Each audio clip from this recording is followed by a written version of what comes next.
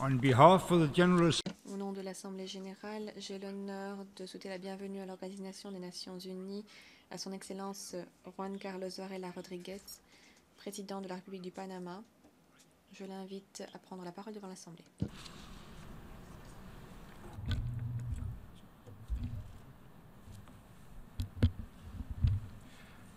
Señor presidente, Monsieur le Président, Mesdames et Messieurs, chefs d'État et de délégation, Mesdames, Messieurs, je prends la parole devant l'Assemblée générale en tant que président du Panama pour la deuxième année consécutive, représentant ici un peuple pacifique, honnête et noble, auquel j'adresse mes salutations depuis cette tribune, comme je salue d'ailleurs également les autres habitants de la planète.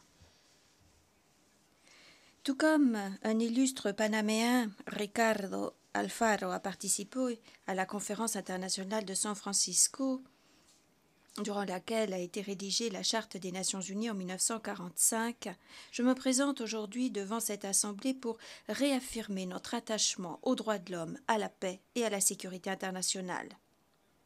Je souhaite saisir cette occasion pour saluer les efforts consentis par des milliers d'hommes et de femmes de cette organisation, et en particulier les efforts de ceux qui ont consenti le sacrifice ultime pour atteindre les objectifs des Nations Unies. Je suis à la tête d'un gouvernement qui fonde sa politique étrangère sur le dialogue, le consensus, sur la recherche permanente de la paix sociale et du bien commun. Et nous l'avons ainsi démontré lors du sommet historique des Amériques qui s'est tenu en avril au Panama. Un sommet qui a facilité un rapprochement important entre Cuba et les États-Unis d'Amérique. Et nous félicitons les peuples et les gouvernements de ces pays pour ce pas important en avant. Nous espérons que le processus de normalisation de leurs relations aboutira à la levée méritée de l'embargo contre Cuba. Préserver l'esprit de fraternité sur le continent, cet esprit que nous avons vu au Panama durant le sommet des Amériques, constitue un véritable défi que nous sommes prêts à relever avec une vive détermination. Je félicite les gouvernements de la Colombie et du Venezuela pour les progrès réalisés à Quito afin de normaliser leurs relations, et ce pour garantir le bien-être des citoyens de ces deux pays et assurer l'unité de la grande famille à laquelle nous appartenons, afin de surmonter toutes les divergences de vues par la voie du dialogue. Je souhaite également réaffirmer notre soutien au processus de paix en Colombie et me féliciter des accords conclus récemment. Nous lançons un appel pour que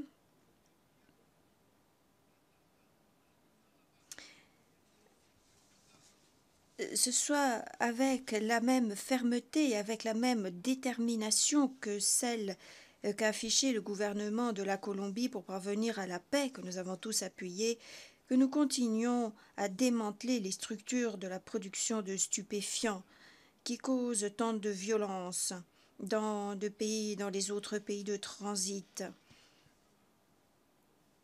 Pour pouvoir garantir le bien-être et la prospérité de toutes les nations, les conflits armés et territoriaux doivent cesser. Nous condamnons le terrorisme dans les termes les plus vifs. Nous ne pouvons pas accepter qu'en ce XXIe siècle, des êtres humains soient brûlés vifs ou décapités en raison de leurs croyances, de leur foi.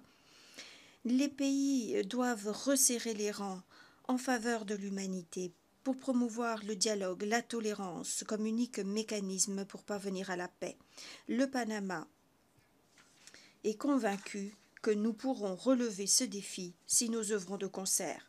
Nous lançons un appel aux grandes puissances pour que, tout comme il y a 70 ans, les pays se sont unis pour mettre fin à la Deuxième Guerre mondiale, nous continuons à élaborer une feuille de route pour mettre en échec le terrorisme et pour que toutes les nations connaissent une paix définitive. La paix découle de la reconnaissance des aspirations légitimes des peuples.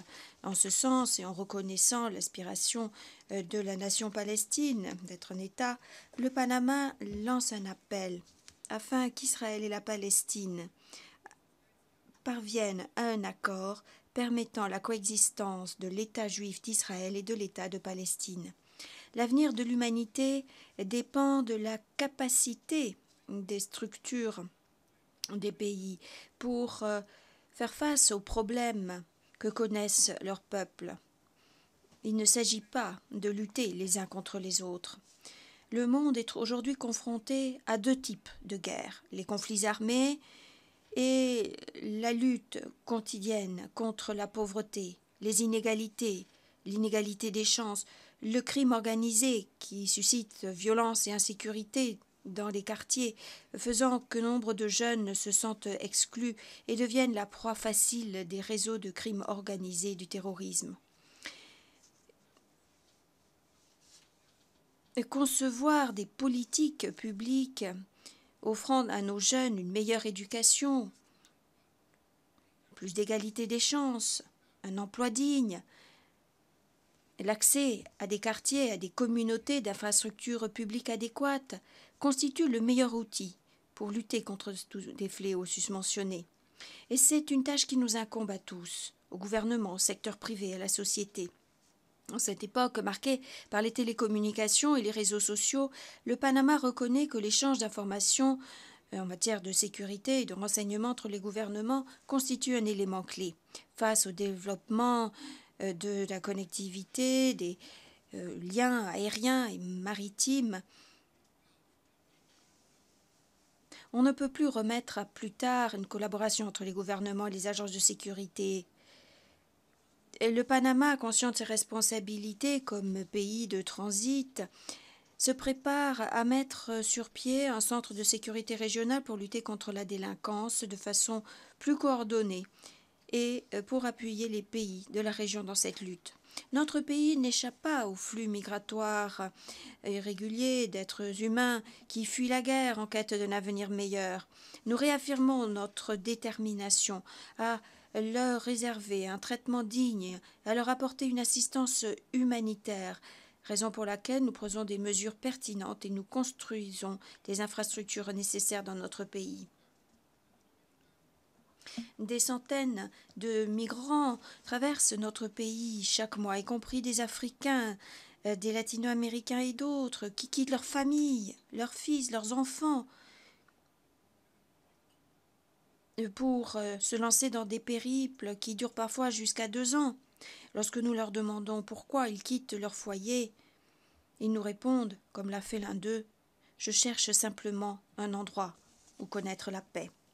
Nous devons tous honorer nos engagements vis-à-vis des migrants et de la même façon que nous avons conjugué nos efforts pour lutter contre Ebola et le VIH-Sida, nous devons poursuivre la lutte ensemble pour régler les problèmes qui amènent nos frères et sœurs à quitter leur pays. Une gestion honnête des ressources de nos pays dans l'intérêt de nos peuples constitue, j'en suis certain, la solution la plus efficace pour lutter contre les inégalités et pour offrir des jours meilleurs à l'humanité. Dans un monde aussi riche, la pauvreté qui touche des millions d'êtres humains n'est pas justifiée. Les chefs d'État et nos collaborateurs doivent bien comprendre que la politique est un service rendu à autrui, que nous sommes les gestionnaires temporaires de biens qui appartiennent à nos peuples. Et nous devrons rendre des comptes. Dans le monde aujourd'hui, les femmes sont celles qui sont les plus touchées par les conséquences des inégalités, de la pauvreté, de la guerre, des déplacements forcés dus au conflit, de la traite des êtres humains, des inégalités. Et donc le rôle des chefs d'État et des Nations Unies est très important pour défendre et promouvoir les droits et les libertés des femmes. Ceci revêt une importance fondamentale. Je lance à nouveau un appel. Cet appel que nous avons déjà lancé lors de la réunion des chefs d'État et de gouvernement sur la promotion du rôle des femmes. Nous devons consacrer davantage de ressources à la lutte contre les féminicides, à la lutte contre la traite des personnes et tout acte de violence contre les femmes. Nous relevons des défis de taille, mais nous avons également la possibilité de changer de cap pour léguer à la planète et aux générations futures un monde meilleur. À l'aube du prochain sommet sur les changements climatiques, nous lançons un appel à toutes les nations pour parvenir à un accord définitif, universel, global, nous permettant de lutter communément contre la dégradation de notre planète qui pâtit de pratiques non durables. La coalition des nations sur les forêts tropicales, constituée par 52 pays et coprésidée par le Panama, propose d'inclure un engagement concernant la réduction des émissions pour le déboisement, la détérioration des forêts, dans le cas des mécanismes de financement comme mesure d'atténuation et d'adaptation au changement climatique. L'accès à l'eau potable est un droit pour tous. C'est un des principaux défis que doivent relever nos gouvernements. Protéger nos bassins hydrographiques, nos océans, remettre en état nos forêts, améliorer la production et la distribution d'eau potable pour toute la population, traiter comme il se doit les déchets solides constitue une priorité. Il est fondamental que nos citoyens aient accès à des logements dignes, à un système de transport public moderne et efficace pour qu'ils puissent améliorer leur qualité de vie et avoir une vie de famille plus facile. Garantir l'accès de la population au système d'éducation et de santé publique est une obligation qui incombe à tous les États. Dans notre pays, avec des investissements solides dans le domaine de la construction, du relèvement, de l'équipement des écoles et des hôpitaux, grâce également à la formation des ressources humaines nécessaires, nous avançons de bon train pour atteindre cet objectif. Notre économie continue de croître et nos projets sociaux, nos projets d'infrastructures publiques avancent. Ces grands travaux d'infrastructures se conjugue à un système financier international solide qui permette la croissance de notre économie de services et la création d'emplois pour nos jeunes. En 2016, le Panama terminera l'élargissement de notre canal. Et avec l'élargissement de nos ports et de nos aéroports, et grâce également à notre système financier, nous aurons là les deux piliers les plus importants de notre économie de services. Il est de notre responsabilité de protéger ces deux systèmes financiers et logistiques pour qu'ils soient utilisés à des fins légitimes. C'est la raison pour laquelle nous avons renforcé notre coopération en matière de sécurité et de renseignement avec d'autres gouvernements. C'est la raison également pour laquelle nous avons adopté des lois et des réformes importantes qui protègent notre système financier contre toute mauvaise pratique. Conformément aux conclusions auquel est parvenue la conférence internationale sur le financement du développement qui s'est tenue récemment à Addis Abeba, j'ai le plaisir d'annoncer que le Panama s'engage à renforcer sa coopération internationale en matière de transparence budgétaire et fiscale, et nous sommes prêts à promouvoir un échange automatique d'informations sur des questions fiscales de façon bilatérale, comme l'ont déjà fait nos principaux partenaires commerciaux. Cet échange devra tenir compte des capacités et des circonstances nationales et de la géopolitique internationale. Il faudra respecter le droit qu'à chaque pays de prendre les mesures qu'il jugera appropriées et nécessaires pour garantir l'échange automatique d'informations. Un échange qui s'exerce dans le bien commun et en évitant que ces informations soient utilisées pour nuire à la compétitivité des pays. Nous proposons que ces questions soient inscrites à l'ordre du jour des Nations Unies, en veillant à ce que des initiatives de ce type soient examinées par les pays sur pied d'égalité. Notre position géographique privilégiée contribue dans une large mesure au développement de notre économie et au bien-être de nos citoyens. Mais nous avons également une vision globale du développement qui nous sert pour concrétiser au quotidien notre devise nationale, Pro Mundi Beneficio.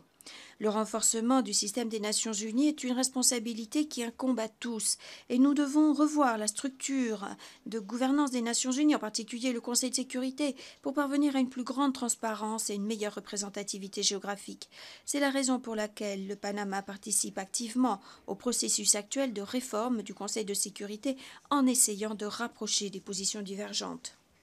Ainsi que nous l'avons fait depuis la naissance de cette organisation, nous sommes ici pour réaffirmer notre détermination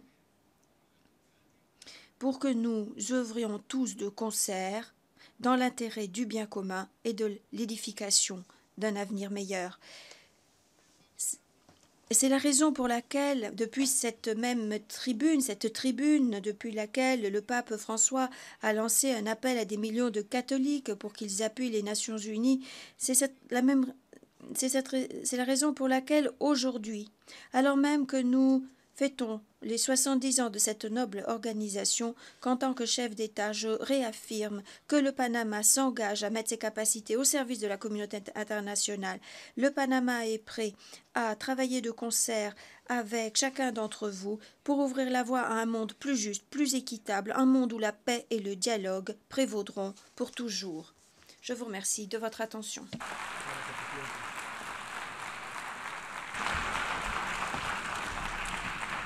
On behalf of the Assembly, Au nom de l'Assemblée, je voudrais remercier le président de la République du Panama de l'allocution qu'il vient de prononcer. Je prie les représentants de rester à leur place pendant que nous accompagnons le président.